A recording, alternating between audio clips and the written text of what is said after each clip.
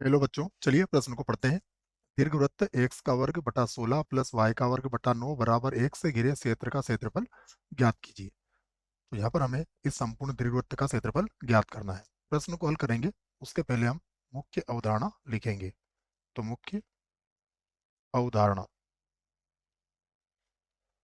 मुख्य अवधारणा में हम प्रश्न से संबंधित समाकलन का एक सूत्र लिखने वाले हैं, जिसकी आवश्यकता हमें यहाँ पर लगेगी।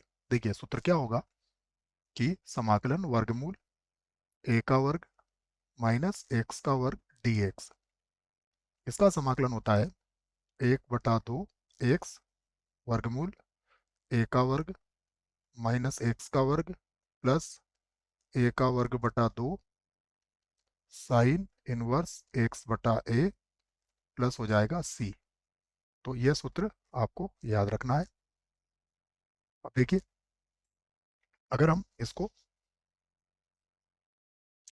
लिख लेते हैं, एक्स का वर्ग बटा 16 प्लस वाई का वर्ग बटा 9 बराबर 1। ये हमें एक दीर्घवृत्त मिला है। इसका केंद्र ये मानक रूप में है, तो इसका केंद्र क्या होगा 0 0। और इसका जो शीर्ष होगा,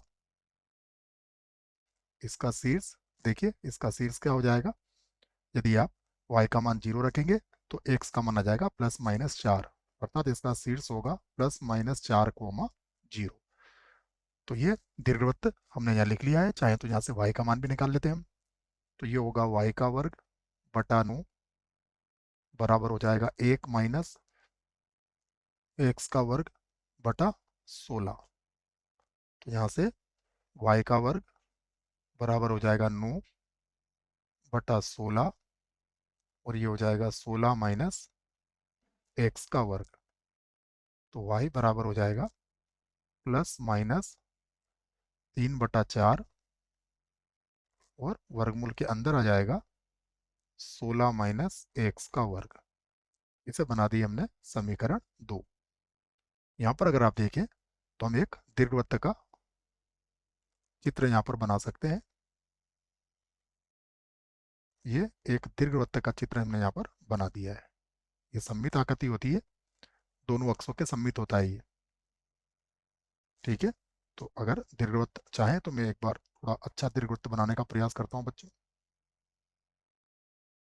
ठीक है, थोड़ा अच्छा दीर्घवृत्त, ये भी इतना अच्छा तो नहीं बना है।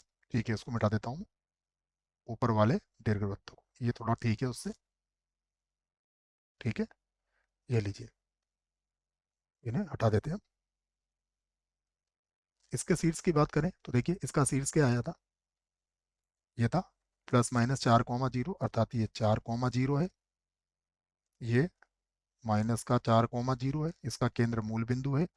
यहाँ से अगर इस बिंदु की बात करें तो x का मान 0 रखने पर y का मान +-3 आएगा, तो ये होगा 0, 3, और ये बिंदु हो जाएगा 0, -3।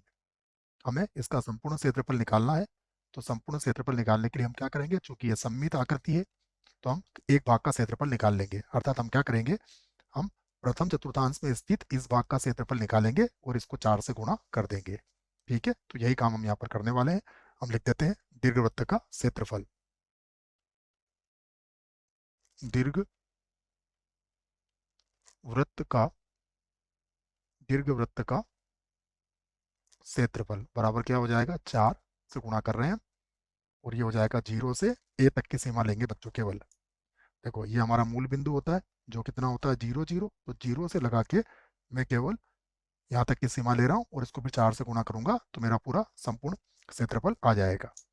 तो 0 से a की जगह कितना आ जाएगा, देखो ध्यान दीजिएगा, a की जगह यहाँ पर आ जाएगा 4। तो हम 0 से a की जगह क्या लिख देंगे, 0 से यहाँ जाएगा 4। ठीक है बच्चों, और 4 से गुणा क्यों किया, क्योंकि ये सममित है, चारों ही चतुर्थांशों में बराबर क्षेत्रफल आएगा। और यहाँ पर लिख देंगे y dx। तो बराबर हो जाएगा ये 4, यहाँ पर प्लस चिन्ह का ही प्रयोग करेंगे हम। तो ये होगा 0 से 4, और देखिए y का मान कितना निकाला है हमने, 3/4। 3/4, और वर्गमूल के अंदर कितना है, 16 माइनस एक्स का वर्ग dx। यहाँ 4 से 4 तो कट जाएगा, 3 को आप बाहर लिख सकते हो। और अब हम इसका समाकलन कर देते हैं, जिसका सूत्र मैंने आपको लिख दिया है। ये होगा 1/2 एक्स, फिर वर्गमूल के अंदर कितना हो जाएगा, 16 माइनस एक्स का वर्ग प्लस ए का वर्ग अर्थात 16/2। उसके बाद होगा साइन इनवर्स x/a, तो ए का मान कितना हो जाएगा यहाँ पर 4। और सीमा कितनी है इसकी, 0 से 4 है। तो फिर से अब क्या करेंगे, हम 3 लिख लेंगे, तो ये होगा 3। और यहाँ पर सबसे पहले 4 रखेंगे, तो ये 4/2, परंतु 4 का वर्ग 16 माइनस 16, ये तो 0 हो जाएगा। प्लस 16/2, ये 8 हो जाएगा। और यदि यहाँ पर 4 रखा तो साइन इनवर्स 1 का मान बच्चों π/2 होता है, तो ये π/2 हो जाएगा। ठीक है ना, 90 डिग्री पर मान होता है, साइन 90 का मान 1 होता है, तो ये हो जाएगा π/2। उसके बाद माइनस, अब हम 0 रख लेंगे, तो देखो ये भी 0 हो जाएगा, ये भी 0 हो जाएगा, अर्थात 0 रखने से कोई फायदा नहीं है। 2 से 8 कितनी बार कट जाएगा, 4 बार। 2 से 8 4 बार कट जाएगा, तो 4 पाई का 3 से गुणा करेंगे तो कितना आ जाएगा, 12। 12 पाई, ठीक है, वर्ग इकाई। वर्ग